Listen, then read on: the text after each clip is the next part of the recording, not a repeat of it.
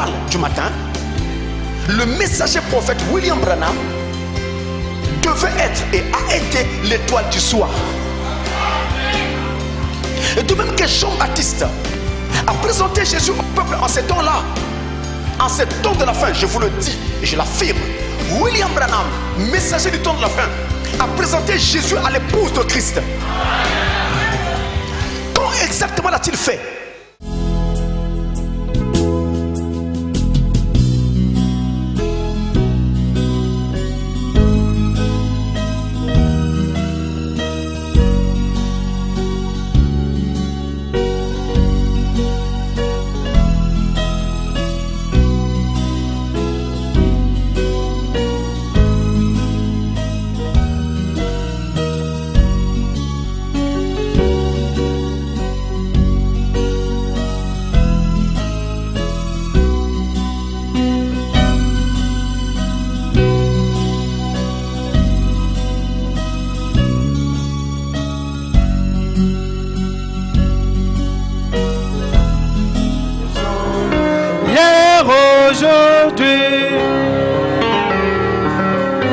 Alléluia.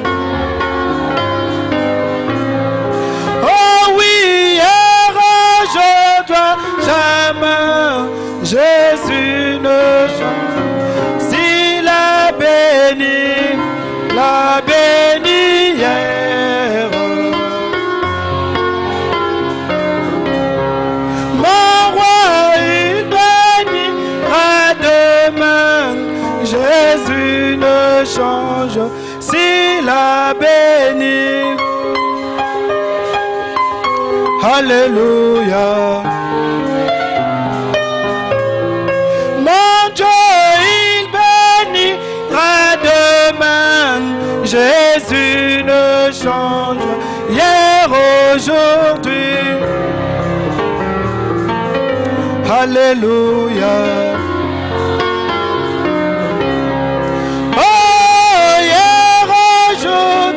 Jamais Jésus ne change hier, aujourd'hui. Alléluia. Alléluia. Mon Dieu, hier, aujourd'hui, jamais Jésus ne change s'il a béni. Alléluia. Mon Dieu, il bénira demain. Jésus ne change hier, aujourd'hui. Alléluia. Amen. Hier, aujourd'hui, jamais Jésus ne change pas. C'est à toi, Seigneur, que nous rendons grâce.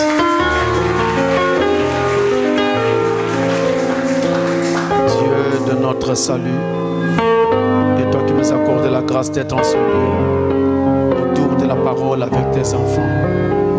Nous prions maintenant que le Saint-Esprit oigne et conduise ce moment pour ta seule gloire, au nom de Jésus-Christ. Amen.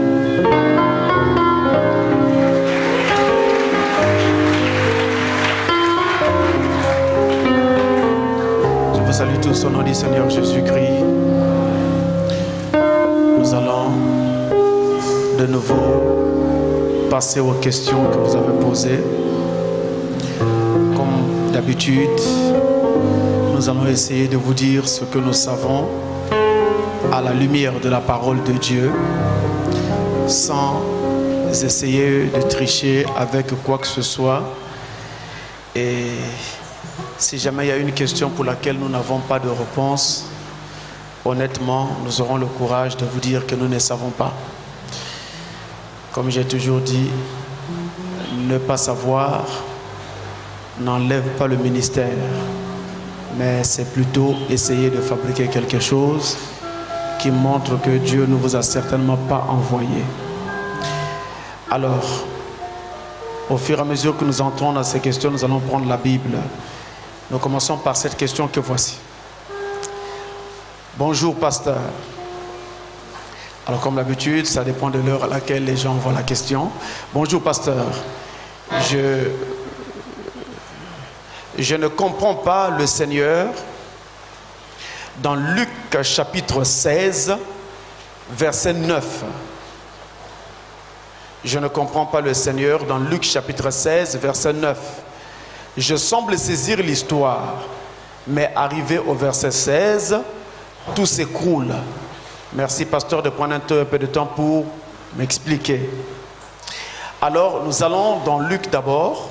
Commençons par Luc au chapitre 16 donc. Luc chapitre 16, nous allons lire du verset 9 jusqu'au verset 16. Nous commençons par cette écriture pour que nous puissions avoir une idée parfaite de ce dont il est question. Luc 16, versets 9 à 16. Et moi, je vous dis, faites-vous des amis avec les richesses injustes, pour qu'ils vous reçoivent dans les tabernacles éternels, quand elles viendront à vous manquer. Celui qui est fidèle dans les moindres choses, l'est aussi dans les grandes. Et celui qui est injuste dans les moindres choses, l'est aussi dans les grandes. Si donc vous n'avez pas été fidèle dans les richesses injustes, qui vous confiera les véritables? Et si vous n'avez pas été fidèle dans ce qui est à autrui, qui vous donnera ce qui est à vous? Nul serviteur ne peut servir deux maîtres, car ou il haïra l'un et aimera l'autre, ou il s'attachera à l'un et méprisera l'autre. Vous ne pouvez servir Dieu et Mammon. Les pharisiens qui étaient avares écoutaient aussi tout cela, et ils se moquaient de lui. Jésus leur dit, vous cherchez à paraître juste devant les hommes, mais Dieu connaît vos cœurs, car ce qui est élevé parmi les hommes est une abomination devant Dieu. La loi et les prophètes ont subsisté jusqu'à Jean. Depuis lors, le royaume de Dieu est annoncé et chacun use de violence pour y entrer. Amen. Alors, voilà donc de quoi il est question dans ce texte sur lequel une question a été posée. On veut donc savoir de quoi parle ce texte ici. Je voudrais tout de suite vous dire qu'ici, notre texte est en train de parler de l'argent, de la gestion de l'argent par les chrétiens, de la gestion de vos biens matériels, vous qui êtes devenus chrétiens. Et ce passage montre donc que notre attitude à l'égard de l'argent, notre attitude à l'égard de nos biens matériels, eh bien, c'est la pierre de touche de notre intégrité. C'est ce qui va révéler notre niveau d'intégrité vis-à-vis de Dieu. C'est ce qui va révéler notre degré d'attachement vis-à-vis de Dieu. Si vous aimez Dieu, vous allez prendre plaisir à soutenir son œuvre avec ce que Dieu vous donne et avec ce que Dieu met en vous. Mais si vous avez des grâces données par Dieu, qu'en retour vous ne soutenez pas son œuvre avec, il y a quelque chose qui ne va pas. Cela montre donc que vous êtes beaucoup plus attaché à vos biens matériels, beaucoup plus attaché à votre argent et que vous ne devrez l'être vis-à-vis de Dieu. C'est de cela dont il est question ici dans ce passage. Et la Bible de dire, si vous n'êtes pas fidèle dans les richesses injustes, de quoi il est question? Richesses injustes. Eh bien, il s'agit justement de toutes ces choses qui sont plutôt du monde et qui nous servent dans ce monde pour la vie dans ce monde et pour toutes les utilités qu'il y a dans ce monde. C'est le cas de l'argent et c'est le cas de nos différents biens matériels. Ces richesses-là sont donc appelées injustes, non pas parce que ce sont des richesses qui ont été volées, mais c'est parce que ce sont des richesses qui ne peuvent pas vous faire entrer au ciel. Vous n'entrerez pas au ciel parce que vous êtes devenu multimillionnaire. Donc votre richesse, le fait que vous ayez beaucoup d'argent, ne vous garantit pas le ciel. Ce sont donc des richesses qui sont des richesses d'ici-bas. Des choses d'ici-bas qui sont utilisées ici-bas pour les besoins d'ici-bas et pendant notre séjour ici-bas. Et quand nous avons quitté la terre, eh bien, toutes ces choses restent ici-bas. Et nous n'emportons rien. C'est en cela qu'on appelle ces choses des richesses injustes. Ce n'est pas parce que ce sont des choses qui ont été volées, parce que Dieu n'apprécie pas que les chrétiens volent. Mais c'est parce que ces choses-là sont des choses d'ici-bas. Maintenant, quand vous en avez, Dieu veut donc voir ce que vous faites avec en ce qui concerne son royaume. Et la Bible continue. Si vous êtes fidèle dans les moindres choses, eh bien, vous serez aussi fidèle dans les grandes. En d'autres termes encore, c'est quand vous avez peu, mais vous savez soutenir l'œuvre de Dieu et faire ce qui doit se faire, eh bien, quand Dieu vous donnera beaucoup, vous soutiendrez encore son œuvre. Parce que votre cœur est attaché à son œuvre. La preuve, quand vous n'avez eu que peu, vous avez pensé à payer votre dîme. Vous avez pensé à payer votre offrande. Vous avez pensé à soutenir l'œuvre de Dieu au-delà même de ce qui vous était demandé. Parce que votre cœur est sur l'œuvre de Dieu. Et la Bible dit dans un autre passage, toujours en rapport avec ceci, que là où sera votre trésor, c'est là également que sera votre cœur. C'est pour vous, vos biens matériels, c'est pour vous, vos avantages financiers, c'est cela votre trésor, eh bien votre cœur sera également là. Et nous verrons votre cœur suffisamment loin du royaume de Dieu, loin des choses de Dieu, loin de soutenir l'œuvre de Dieu. Parce que pour vous, il n'y a que tout ce que vous pouvez gagner ici-bas qui compte. Et vous ne vous intéressez pas à ce que cela peut donc produire pour le royaume de Dieu. Rappelez-vous qu'il y a un autre passage de la Bible qui dit: jette ton pain dans les eaux et un jour il te reviendra. Mais quand il te reviendra, il ne reviendra plus avec le même volume que lorsqu'on l'avait jeté. Il reviendra imbibé d'eau et complètement gonflé. Il reviendra au double du volume qu'il avait lorsqu'il avait été jeté dans l'eau. Ça veut donc dire que quand nous avons investi pour l'œuvre de Dieu d'une façon ou d'une autre, par notre dîme, par nos offrandes ou par quoi que ce soit que nous faisons, eh bien Dieu nous le rendra. Mais quand Dieu va le rendre, il ne vous rendra pas ce que vous avez donné. Il vous donnera au double, au triple, au quadruple, au quintuple de ce que vous avez mis. C'est ça le mystère. Que Dieu bénisse. Une autre question. Pasteur, j'ai une question, sinon deux, que j'aimerais vous poser concernant concernant ce que vous avez dit hier. Donc c'était certainement après un culte. Il dit, ma première question est la suivante. Le feu de l'enfer, vous avez dit que c'est un feu perpétuel et non éternel. Je suis entièrement d'accord sur ça, car ce qui est éternel n'a pas de commencement et n'a pas de fin. Donc les âmes qui seront en enfer finiront par disparaître. La question c'est celle-là. Puisque vous avez dit que l'enfer n'est pas éternel. Oui, l'enfer n'est pas éternel. Matthieu 25, verset 41. L'enfer a été créé pour le diable et pour ses anges. Si l'enfer a été créé, cela veut dire que l'enfer a eu un commencement. Or, par définition, ce qui est éternel n'a pas de commencement et n'a pas de fin. Si donc l'enfer a commencé un jour, si donc l'enfer a été créé, donc l'enfer a eu un commencement et par ricochet, l'enfer aura donc une fin. Alors, les âmes qui vont donc brûler en enfer ne brûleront donc pas éternellement, puisque l'enfer n'est pas éternel. Ces âmes vont brûler pendant un temps et finiront donc par disparaître. Ainsi dit le prophète, ces âmes disparaîtront. Parce que pour que ces âmes brûlent de façon éternelle, il y a deux choses. Premièrement, il faut d'abord que l'enfer soit éternel, ce qui n'est pas le cas.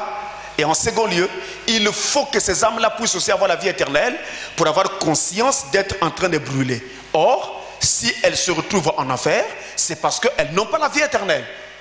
Donc, elles ne brûleront pas éternellement en enfer. L'enfer aura une fin. Ces âmes aussi auront une fin. C'est-à-dire qu'elles vont disparaître. Est-ce que c'est clair? La deuxième question est la suivante.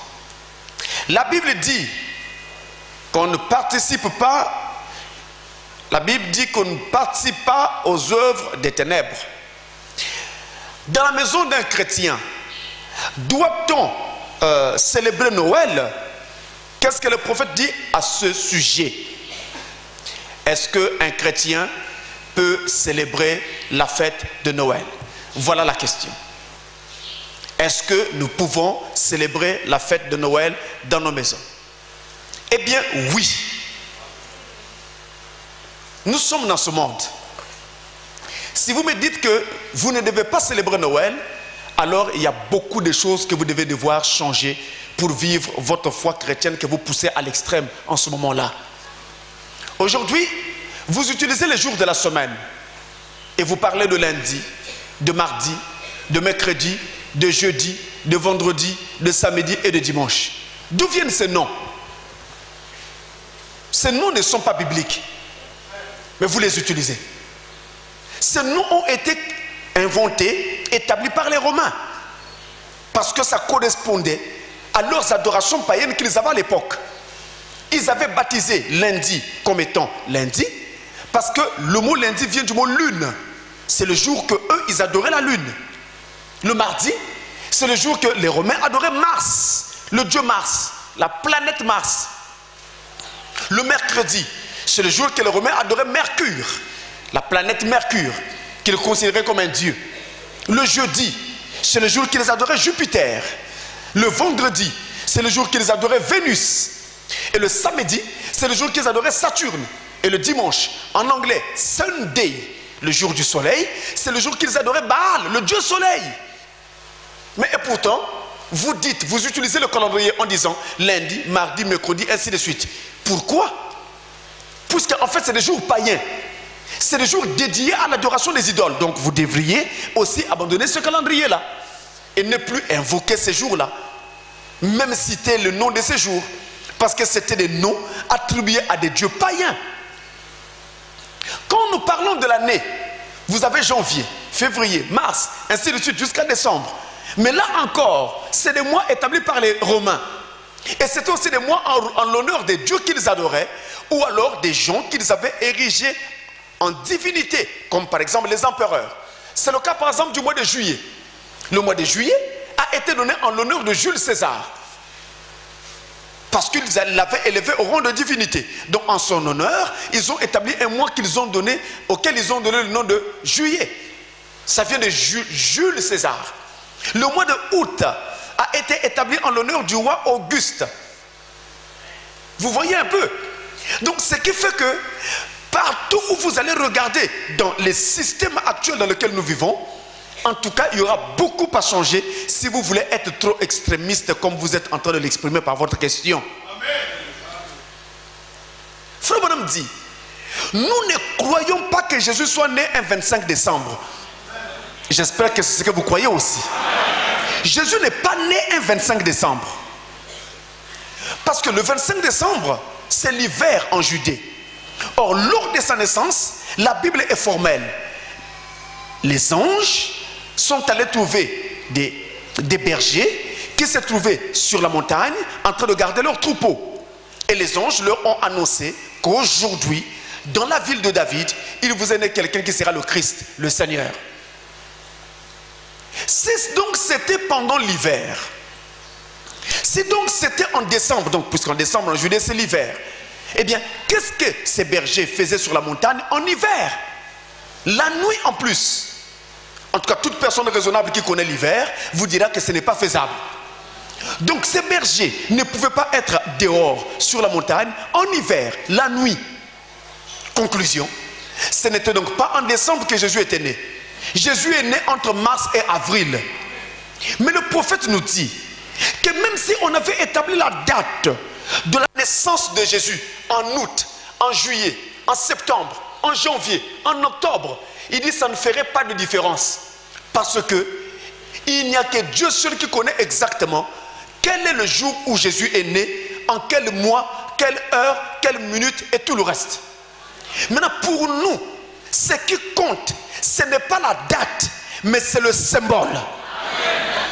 Le symbole, c'est que Jésus est né un certain jour et on a établi un jour pour essayer de se rappeler Ce jour où le Sauveur est venu dans le monde pour nous apporter le salut éternel.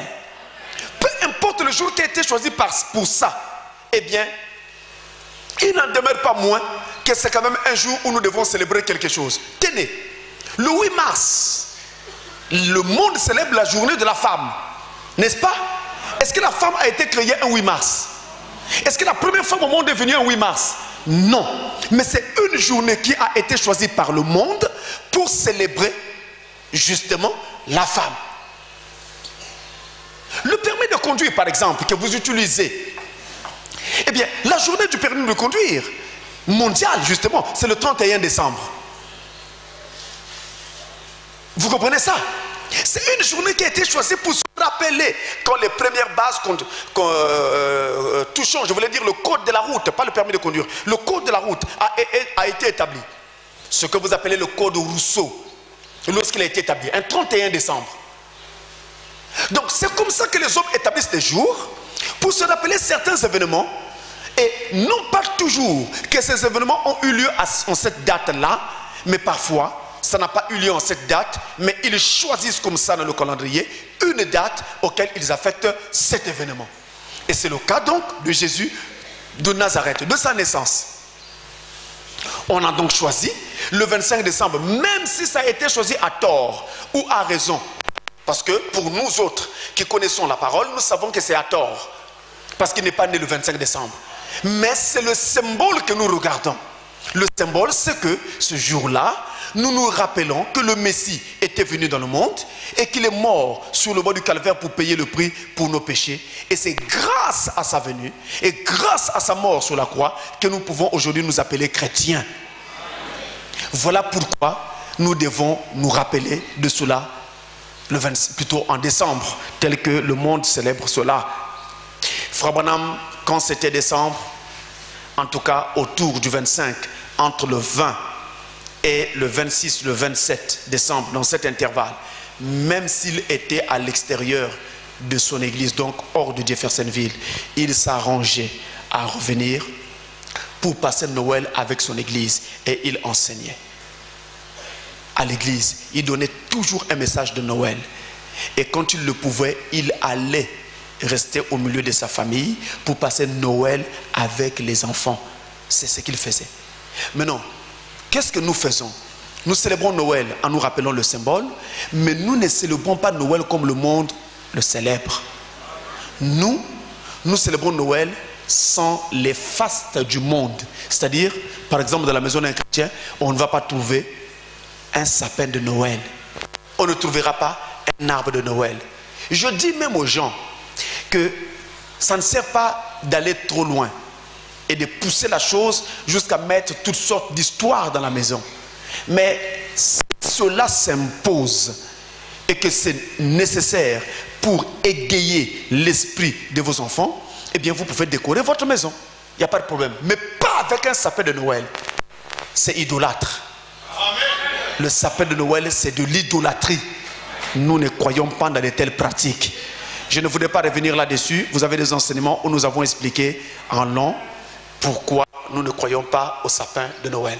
Donc, célébrer la Noël, mais célébrer la Noël dans l'humilité, célébrer la Noël dans la simplicité, et pas comme le monde avec des arbres de Noël et avec des poupées que l'on sort pour dire que le Fils de Dieu est né. Tout ça, c'est faux. Amen. Une autre question. Shalom, pasteur. La repentance est une étape importante de la nouvelle naissance et exige de la sincérité pour être agréé par Dieu. Je voudrais savoir qu'est-ce qui traduit la sincérité dans une repentance. Est-ce les pleurs? Et comment savoir que notre repentance a été agréée par Dieu? Comment savoir que notre repentance a été agréée par Dieu? Alors, il y a ici deux questions dans une même question. Qu'est-ce qui traduit la sincérité de la repentance? Et comment savoir que votre repentance a été agréée par Dieu? Eh bien, justement, vous faites bien de poser cette question. Le baptême d'eau, mes amis, repose entièrement sur votre repentance. Bien sûr, le nom qu'on utilise pour vous baptiser compte aussi. Mais la clé, je parle de la clé devant Dieu, pour la personne qui vient pour être baptisée, c'est la repentance. Alors, votre repentance doit être sincère et complète. Donc, la repentance doit remplir 2 conditions pour être acceptée par Dieu. Première condition, elle doit être sincère. La seconde condition, elle doit être complète. Très bien. Maintenant, c'est quoi une repentance sincère? La sincérité renvoie à la franchise, c'est-à-dire au fait d'être franc, au fait d'être véridique. Ou, pour parler plus simple, il s'agit ici de dire à Dieu dans votre confession ce que vous avez exactement et concrètement fait. Ne maquillez pas la chose, ne l'habillez pas. Dites ce que vous avez fait. C'est ça la sincérité. Donc, on ne vient pas devant Dieu avec un masque, mais on dit à Dieu ce qu'on a réellement fait. Et je vous dis, mes amis, lorsque quelqu'un est sincère, Frère Branham dit, Dieu viendra toujours en aide à cette personne. Et il est possible que vous soyez en erreur, mais tout en étant sincère. Mais à cause de la sincérité, même si vous êtes en erreur, Dieu sera obligé de venir vers vous pour vous montrer la lumière. Parce que la sincérité est l'opposé de l'hypocrisie. Or, Dieu n'aime pas l'hypocrisie. L'hypocrisie, c'est cette pratique qui consiste à paraître devant les gens avec un masque. Donc, dans la vie réelle, ce n'est pas ce que vous êtes vraiment. Mais vous essayez de montrer une face que vous n'êtes pas. Vous dites ce qui n'est pas vrai. Vous mentez. Vous feignez. C'est de l'hypocrisie. Alors que la sincérité, elle dit exactement ce qu'il en est. Si j'avais pris de l'alcool, je dirais à Dieu, Seigneur, pardonne-moi. Parce que quand j'étais dans le monde, je prenais de l'alcool. Donc je lui ai dit ce que j'avais exactement fait. Je ne trompe pas, je ne triche pas. C'est ça la sincérité. Et donc Dieu veut que nous puissions dire exactement ce qui était commis comme péché. Et maintenant, le fait que la repentance soit complète signifie que vous devez dire les choses non seulement sincèrement, mais aussi complètement. Autrement dit, ne cachez rien. Dites-lui tout sans rien lui cacher. Dévoilez tout ce que vous savez et tout ce qui vous revient à la conscience, à la mémoire. Dites tout et ne cachez rien. C'est alors que votre repentance sera aussi totale, complète. Et dans ce cas-là, quand la repentance a été sincère et la repentance a été complète, Dieu sera obligé d'agréer cette repentance. Maintenant, là aussi ça pose un problème en ce qui concerne le baptême d'eau. Les pasteurs, au moment de la confession des gens, ils demandent aux gens de confesser les péchés devant eux. Or, le pasteur, avant d'être un pasteur, il est d'abord un homme. Donc, une raison ou une autre peut apparaître et pousser ce pasteur à dire ce qu'il avait entendu. Ou même s'il ne disait pas ce qu'il avait entendu. Parce que nous croyons que c'est des hommes de Dieu et qu'en tant qu'hommes de Dieu, ils sont capables de garder le secret jusqu'à leur mort. C'est ça un homme de Dieu. Et donc, prenons le cas où nous avons affaire à un vrai homme de Dieu qui garde le secret jusqu'à sa mort. Mais vous, qui venez pour être baptisé devant le pasteur, dans l'eau en plus, il vous dit confessez vos péchés. Vous aurez d'abord peur en vous disant, ah, c'est quand même un homme. Qu'est-ce qu'il me dit? Qu'il gardera ces choses jusqu'à sa mort. Alors vous allez dire certaines choses que vous trouverez moins graves, mais celles que vous trouverez graves, vous ne direz pas. Prenons un cas. Si vous avez tué quelqu'un, vous ne direz jamais que j'avais tué. Vous ne direz jamais. Vous voyez ça? Or, quand vous allez cacher une seule chose, ça fera que votre repentance ne soit plus complète. Cette chose était dans votre mémoire au moment où vous faisiez votre repentance, mais expressement, vous n'avez pas voulu le dire parce que vous ne voulez pas que les hommes soient au courant de ce qui s'était passé. Alors la repentance n'est plus complète, la repentance ne peut pas être agréée. Alors qu'est-ce qu'on fait? Frère Branham, instruisez d'abord les gens avant de les amener dans l'eau du baptême. Donc ce n'est pas dans les eaux que vous devez confesser vos péchés, c'est à l'église, pendant qu'on vous reçoit, avant qu'on vous amène aux eaux de baptême. On vous parle, on vous exhorte. Maintenant vous, après avoir suivi cette exhortation donnée par le pasteur ou les diacres, vous allez à la maison, ou si ça doit se faire aussitôt le même jour à l'assemblée, mais vous prenez un temps dans une chambre, les chambres de l'église là, les chambrettes qui sont derrière, et vous confessez vos péchés, vous arrangez, vous dites à Dieu tout ce qui s'était passé. Mais en général, c'est mieux de laisser aux gens quelques jours pour qu'ils aient le temps et l'occasion d'aller rencontrer les gens avec qui il faut mettre en ordre certaines choses pour tout réparer. De sorte que quand ils viennent pour se faire baptiser, tout est clean, tout est clair, tout est nettoyé. Alors Dieu les recevra. Écoutez ça.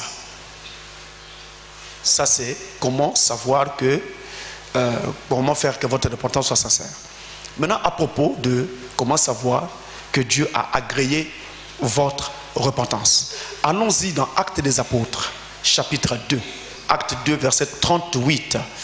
Il est dit, Pierre leur dit, repentez-vous et que chacun de vous soit baptisé au nom de Jésus-Christ pour le pardon de vos péchés et vous recevrez le don du Saint-Esprit. Voilà la réponse. Si votre baptême a été agréé par Dieu, ce qui veut dire que votre baptême a été accepté par Dieu, alors la preuve, Dieu va vous donner le Saint-Esprit.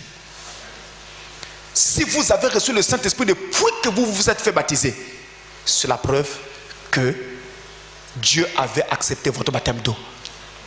Mais si vous n'avez pas reçu le Saint-Esprit depuis lors, c'est que Dieu n'avait pas accepté votre baptême d'eau. Alors soit vous reprenez le baptême, soit vous arrangez ce qui n'avait pas été arrangé et qui donc avait fait que Dieu ne vous donne pas le Saint-Esprit jusqu'ici. Est-ce que c'est clair? Voilà pour cette question. Mais cette question implique une autre question.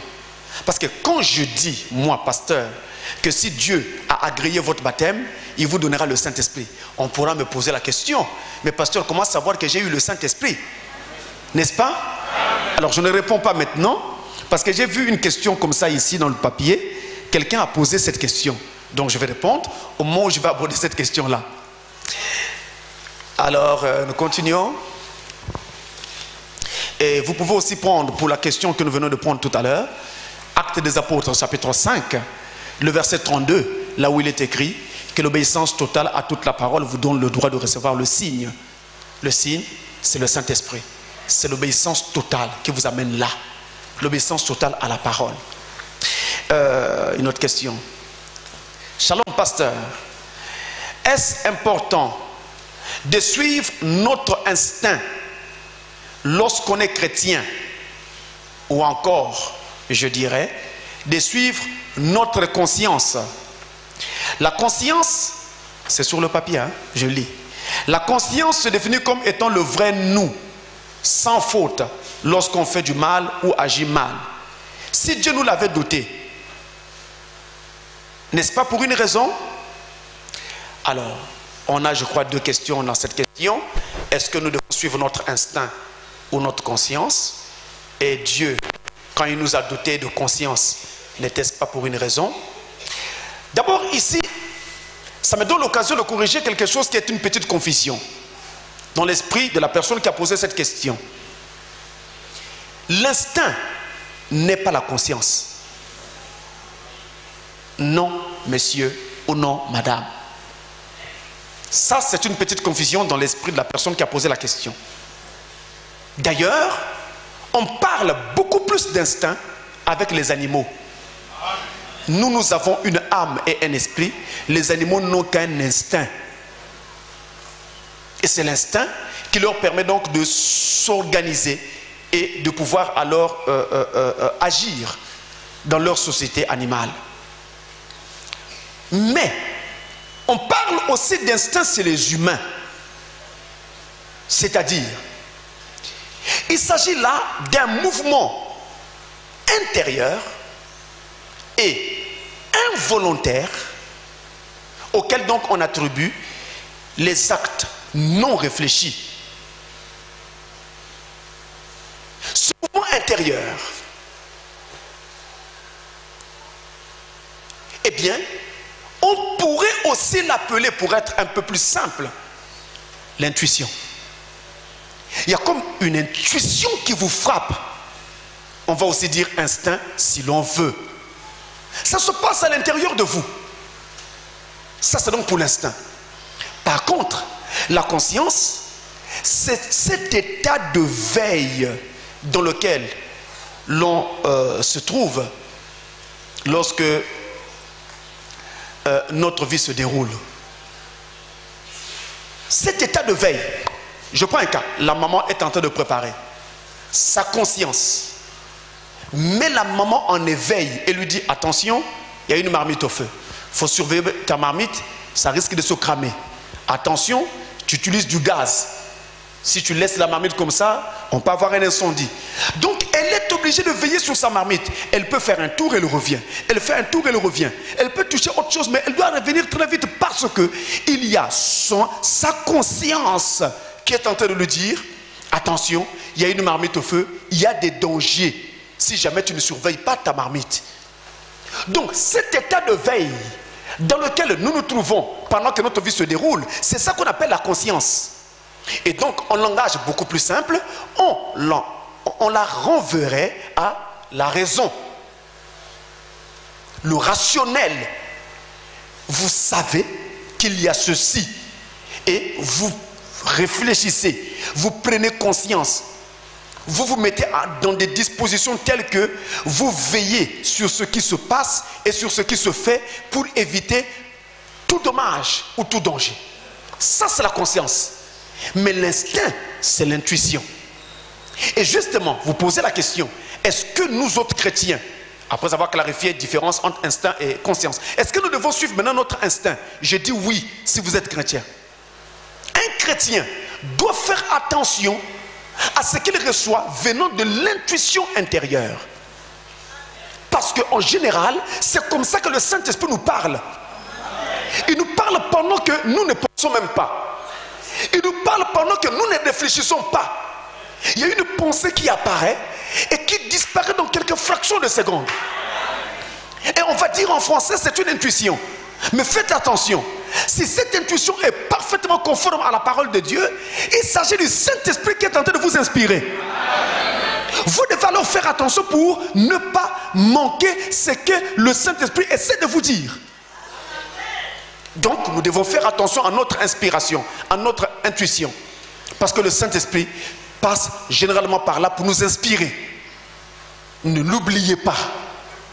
Et d'ailleurs, un chrétien suffisamment mature, tout au long de la journée et tout au long de la vie, chaque instant de chaque jour, même quand il parle avec quelqu'un, sa pensée surveille son instinct. Je veux dire, il surveille son être intérieur. Peut-être que son cœur lui dira quelque chose. Et c'est là que s'exprime la maturité du chrétien. Celui qui n'est pas capable de surveiller la voix que l'homme intérieur donne n'est pas encore un chrétien mature. C'est encore un enfant. Il n'a pas de maturité. Mais quand il surveille ce que la voix intérieure lui dit, ou pourra bien lui dire, même si cette voix ne parle pas, là s'exprime la maturité du chrétien. Il est exercé à surveiller ce que Dieu peut lui dire, à entendre la voix de l'esprit. C'est ça la maturité du chrétien. Et tout chrétien mature, en longueur de journée, il n'est confronté qu'à cet exercice-là tous les jours. Il rentre dans un bus, il est confronté à ça. Il parle avec quelqu'un, il est confronté. Même s'il s'agit de son mari, ou de sa femme, ou de son enfant, ou de son collaborateur au travail. Si vous ne le faites pas, vous n'êtes pas mature.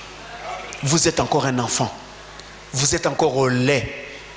Vous n'êtes pas habitué à la nourriture solide. Donc il vous faut des biberons spirituels pour vous donner votre nourriture. Ce sont ces gens de croyants-là. Quand arrive une difficulté dans leur vie ou dans l'assemblée, avec un frère, avec une soeur, avec quelqu'un, les voilà qui fuient l'assemblée. Non, je n'irai plus là-bas. Pourquoi? Oh, j'ai eu des problèmes avec un tel. Quoi? Tu as eu des problèmes avec un frère? Est-ce que c'est avec Dieu? Mais quand tu fous l'assemblée, tu fous qui? Dieu ou le frère? Vous voyez, c'est le manque de maturité. Le manque de maturité amène là. Et je voudrais maintenant que vous soyez mature, que vous compreniez ces choses. Suivez ce que votre cœur vous dira. J'espère avoir répondu à cette question. Shalom, révérend pasteur. Je suis heureux de pouvoir vous écrire. J'ai un souci. C'est de vouloir défendre le message de l'heure bibliquement. Mais je me suis heurté à un pasteur dénominationnel qui soutient que la dîme n'est plus d'actualité dans la nouvelle alliance. En effet, dans le Nouveau Testament, il est dit que les pharisiens continuaient à payer la dîme pendant que Jésus était sur terre. Ma préoccupation est de me défendre en montrant que la dîme est de mise, même chez les apôtres. Alors, pasteur, pouvez-vous m'aider en me donnant des références bibliques prouvant que la dîme était toujours payée par les apôtres ou les chrétiens après la Pentecôte? Merci bien et que Dieu vous bénisse. Bon, d'abord, comprenez ceci. Quand quelqu'un ne veut plus croire la vérité, eh bien, vous pouvez lui montrer tout ce que vous voudrez, il ne croira pas. Quand quelqu'un est déjà aveugle, il ne peut plus voir la lumière. Vous ferez tout l'effort que vous voudrez. Vous amenez une ampoule de 100 watts, de 250 watts, de 500 watts, de 1000 watts. Il ne voit rien. La lumière est grande, mais il ne voit toujours rien. Parce qu'il est aveugle. Et en général, ce sont les ambitions qui aveuglent les gens. Pourquoi les pasteurs se sont mis à enseigner que la dîme n'était plus praticable aujourd'hui dans l'ère du Nouveau Testament? C'est parce que quand vous payez votre dîme, vous ne payez que le 1/10. C'est-à-dire, tu as 5000, tu divises les 5000 par 10, tu trouves 500 et tu amènes au pasteur 500 francs CFA. Lui, il reçoit les 500, après il dit, qu'est-ce que je vais faire avec?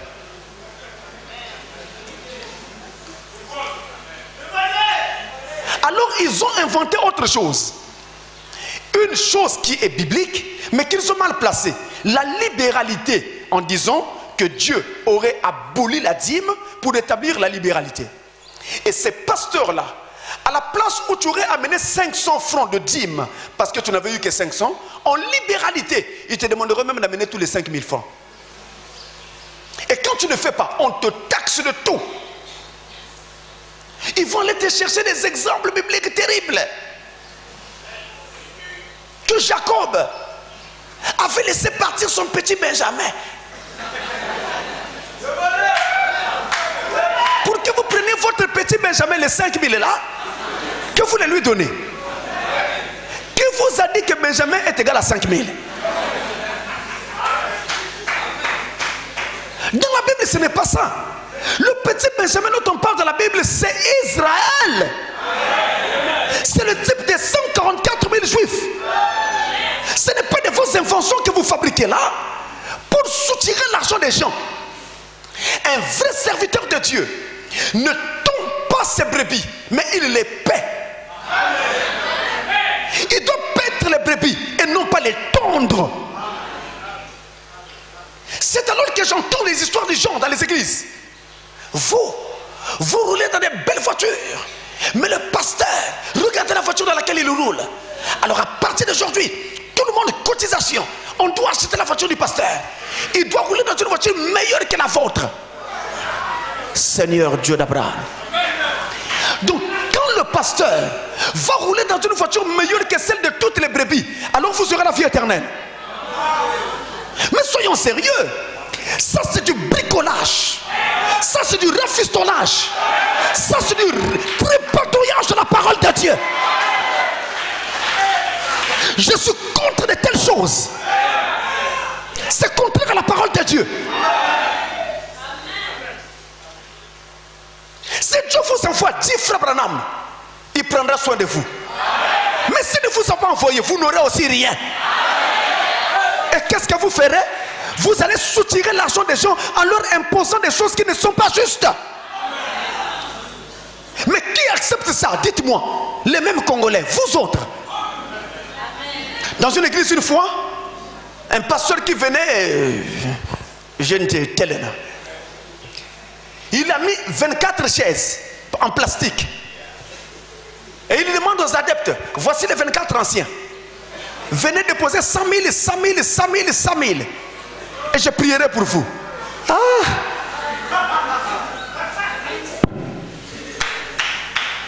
Et quand nous prêchons la vérité, on nous attaque. On nous fait des problèmes. On vous raconte des choses qui n'existent pas. Vous êtes témoin ici. Est-ce que dans cette église, on n'a même jamais fait une cotisation une fois pour acheter même une bicyclette au pasteur?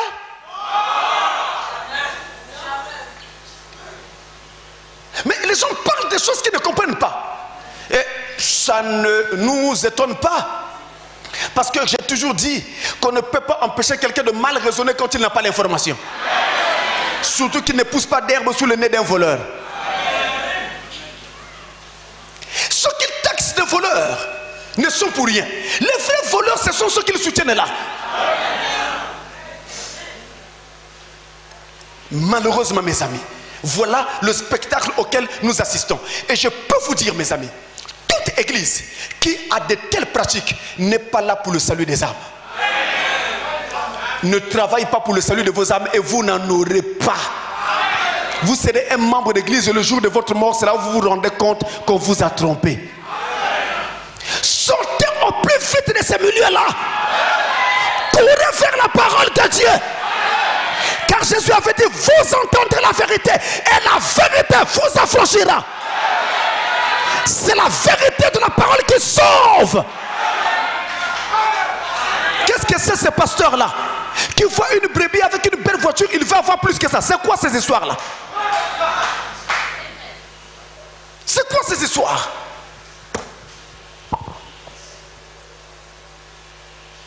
Donc mes amis, ils ne croiront pas. Parce qu'ils veulent la libéralité. Par la libéralité, ils gagnent plus. Là où quelqu'un pouvait amener 10 000, 20 000, eux, ils en auront 50, 20, 30, ainsi de suite. C'est ça le problème qu'ils ont. Voilà le véritable problème. Donc vous voyez, mes amis. Maintenant, à propos de la dîme, regardez Hébreux chapitre 7, versets 1 à 9. Ils disent non, non, non, non, non, ça c'est avec Abraham. Mais ça y est dans le Nouveau Testament. Pourquoi? Donc, ce qui est dans le Nouveau Testament n'est plus la parole. On fait voir ça au temps des apôtres. Mais le temps des apôtres, c'est le Nouveau Testament. Quoi, même ça aussi, vous avez oublié. C'est-à-dire que le besoin d'argent vous a même aveuglé jusqu'à ce point-là. D'oublier que le temps des apôtres, c'est le Nouveau Testament. Hébreux chapitre 7, verset 1 à 9. Vous avez Matthieu 23, verset 23. Matthieu 23, verset 23. Vous avez Luc 11, verset 42. Dans ces deux derniers passages, Jésus parlait aux pharisiens en leur disant qu'ils payaient la dîme de la menthe et du cumin et qu'il fallait qu'ils pratiquent la justice et la miséricorde sans omettre la dîme qu'ils payaient déjà. Sans omettre. C'est comme si vous avez affaire à quelqu'un qui vit déjà une partie de la parole mais qui ne vit pas une autre partie. Vous lui dites maintenant de vivre la partie qu'il ne vit pas. Est-ce que pour cela vous allez lui demander d'arrêter de vivre celle qu'il vivait déjà? Mais quel est cet aveuglement-là vraiment? Hein? Mais ça ne dit plus son nom. Quel est cet aveuglement-là?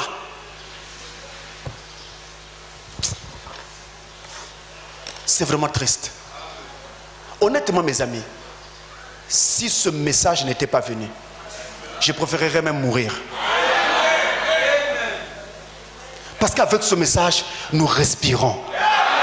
Nous entendons la vérité. On ne nous impose rien. si ce n'est ce qui est dans la parole. Je connais des pasteurs. Ils appellent des brebis. Toi, viens. Toi, à la fin de ce mois, tu me trouves 400 000. Toi, viens. Toi, 300 000. Toi, là-bas, viens. À la fin de ce mois, j'ai besoin de 700 000. Dieu me dit de vous le dire. Amenez-moi cet argent. Quel est ce Dieu-là qui oublie que nous sommes tous Congolais et avons tous les mêmes problèmes? Et ensuite, ce Dieu-là t'a demandé de demander ça. Ça sera pour faire quoi?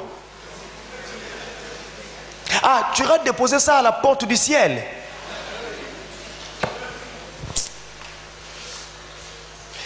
Et notre question...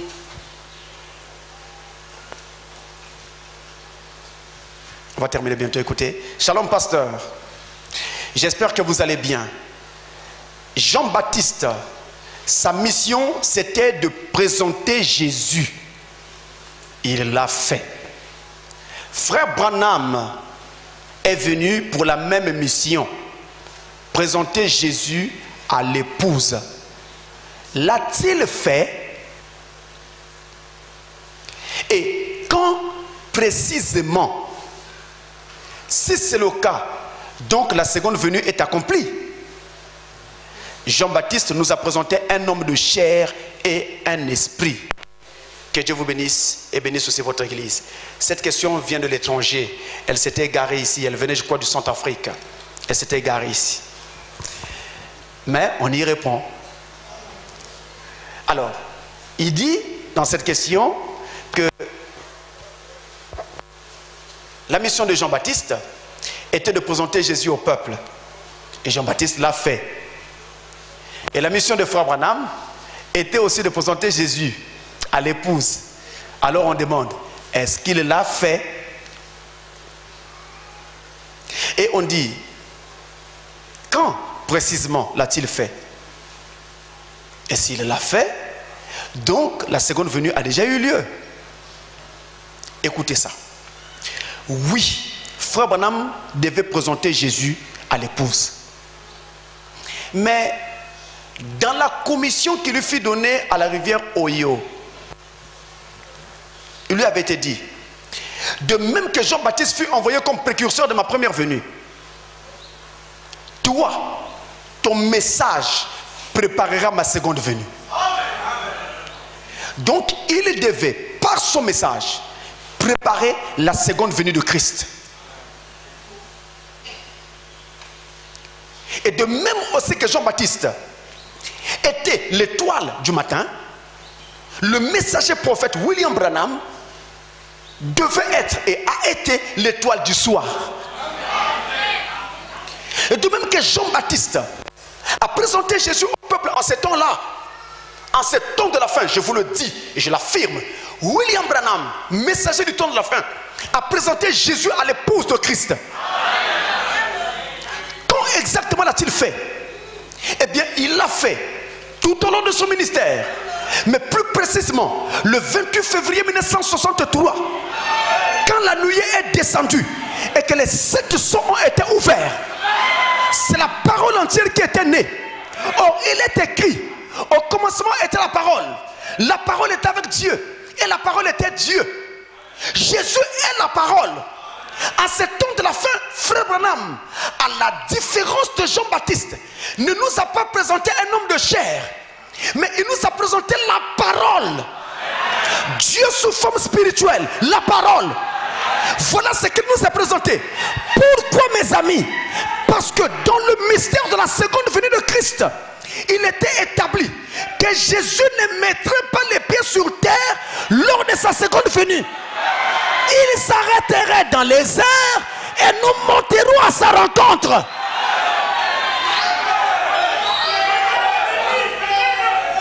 Donc Jésus a été présenté. C'est la parole de l'heure. C'est lui Jésus. Il est les sceaux. Il est les tonnerres. Il est les âges. Il est les 70 semaines de Daniel. Il est le mystère de la semence du serpent. Il est le mystère sur barrière et divorce. Il est le mystère sur l'aveuglement des Juifs. Il est le mystère sur le baptême du Saint-Esprit sans sensation.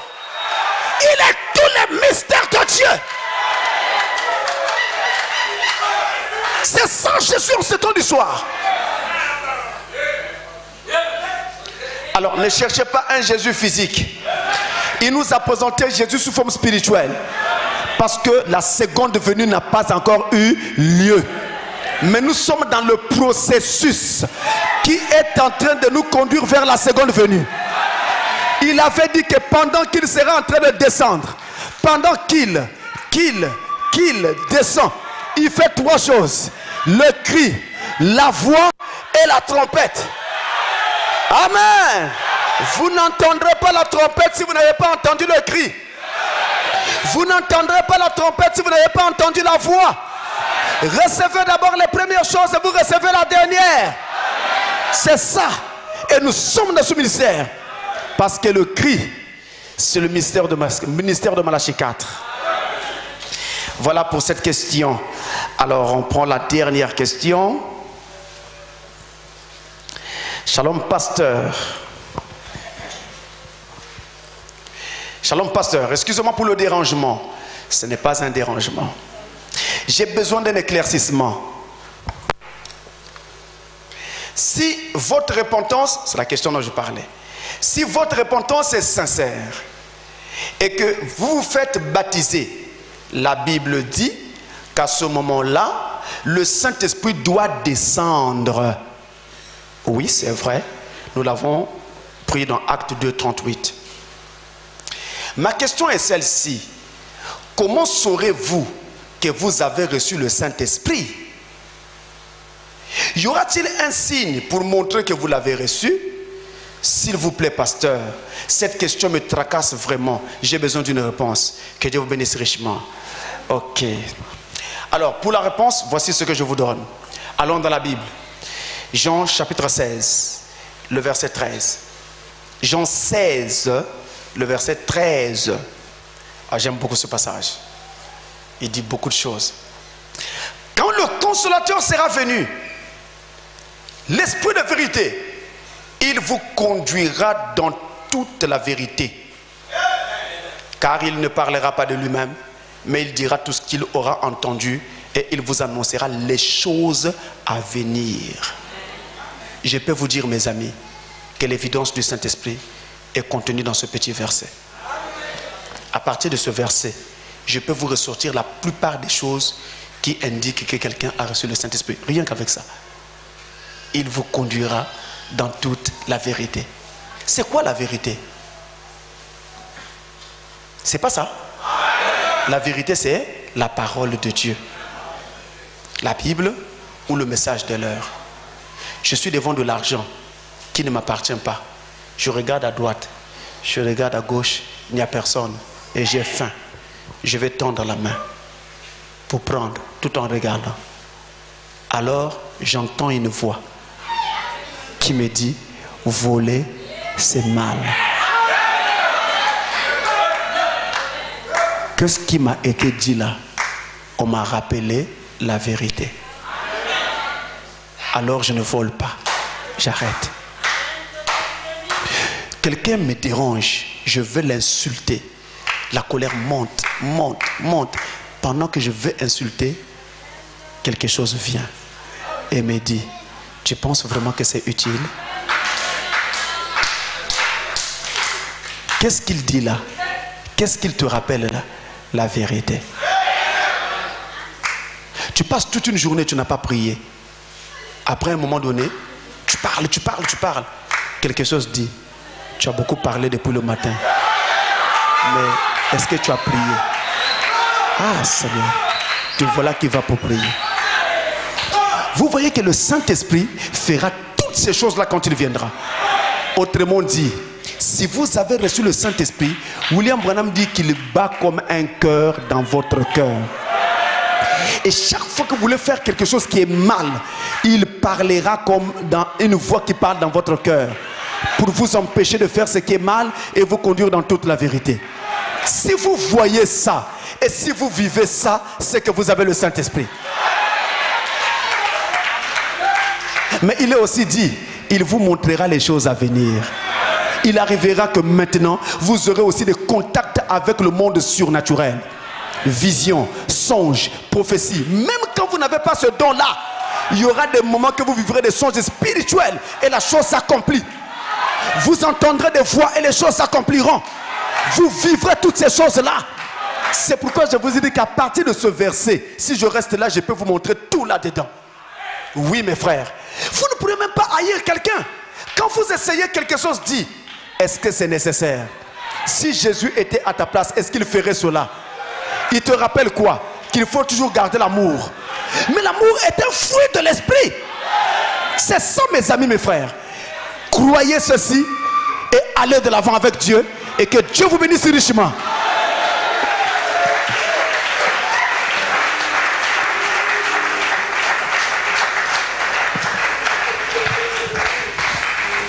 Laissez-le,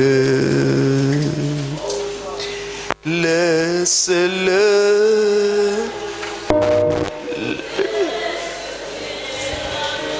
au pied de ton Sauveur. Si tu crois sans défaillir, il saura te secourir. Abandonne.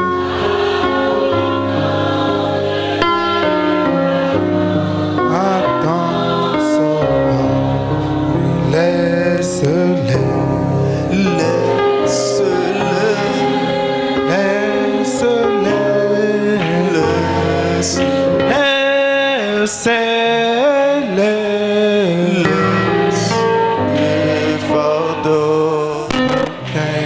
De ton Sauveur Jésus-Christ. Si tu crois,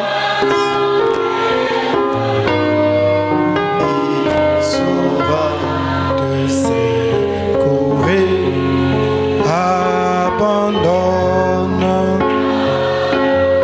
ton Sauveur Jésus-Christ. Tu crois sans défaillir, il saura te secourir.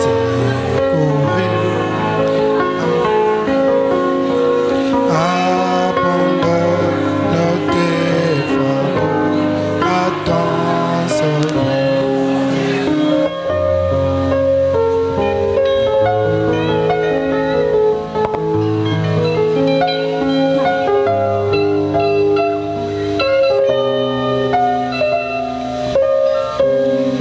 Seigneur Jésus-Christ, étant une portion de ton épouse, Seigneur, au regard de tous ceux-là qui ont cru au travers le monde entier, nous levons nos mains, Seigneur, après avoir écouté ces paroles de vérité. Ces mains levées, Seigneur, sont un signe que nous disons Amen à toute cette parole. Et Père, cela jusqu'à ce que tu viennes. Paul a dit, qui me séparera de l'amour de Dieu? Est-ce la famine? Est-ce le manque d'habits? Est-ce l'argent? Rien ne peut nous séparer de l'amour de Dieu, Seigneur.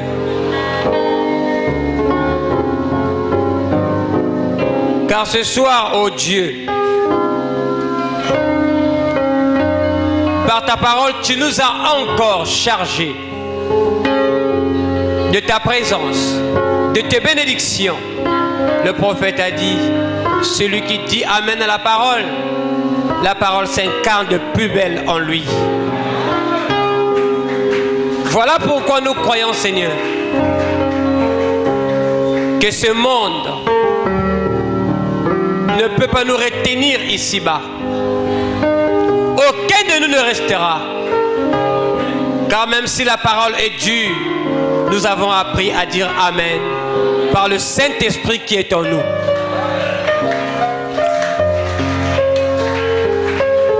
Et nous croyons, Seigneur, que tu ne faillis jamais. Nombreux ont peur de dire Amen à la parole. Le prophète dit, c'est parce qu'ils n'aiment pas la nouvelle naissance. Ils ont peur de la nouvelle naissance. Mais Seigneur, par ta grâce, nous avons dit Amen. Et continuerons à dire Amen à cette parole. C'est pour cela, oh Dieu, nous nous reconsacrons à toi. De façon que, Père, là où il y a encore des choses qui ne te plaisent pas dans nos vies, que ta présence en nous puisse éradiquer cela. Boute dehors tout ce qui n'est pas à toi, Seigneur, dans nos cœurs, dans nos âmes, afin que puisse régner dans ces cœurs que la foi en Dieu, dans le Seigneur Jésus-Christ, que le Saint-Esprit. Oh Jésus, bénis ainsi le pasteur Francis, par lequel tu viens de répondre à ces questions qui touchent les problèmes des gens, qui touchent, Seigneur, oh Dieu, les questionnements qui bourdonnent dans nos cœurs. Soutiens-le, inspire-le davantage, Seigneur. Défends sa cause face aux multiples attaques de l'ennemi.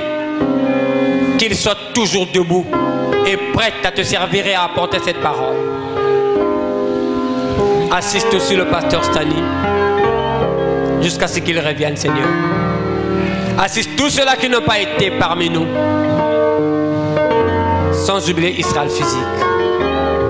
Maintenant que nous allons pouvoir partir, accompagne chacun de nous jusqu'à chez soi en toute sécurité, sans incident et accident, Seigneur. Reçois-en l'honneur, la puissance et la gloire pour tout ce qui vient de se dérouler ici ce soir et pour tous tes bienfaits dans nos vies. Au nom tout puissant du Seigneur Jésus-Christ. Amen.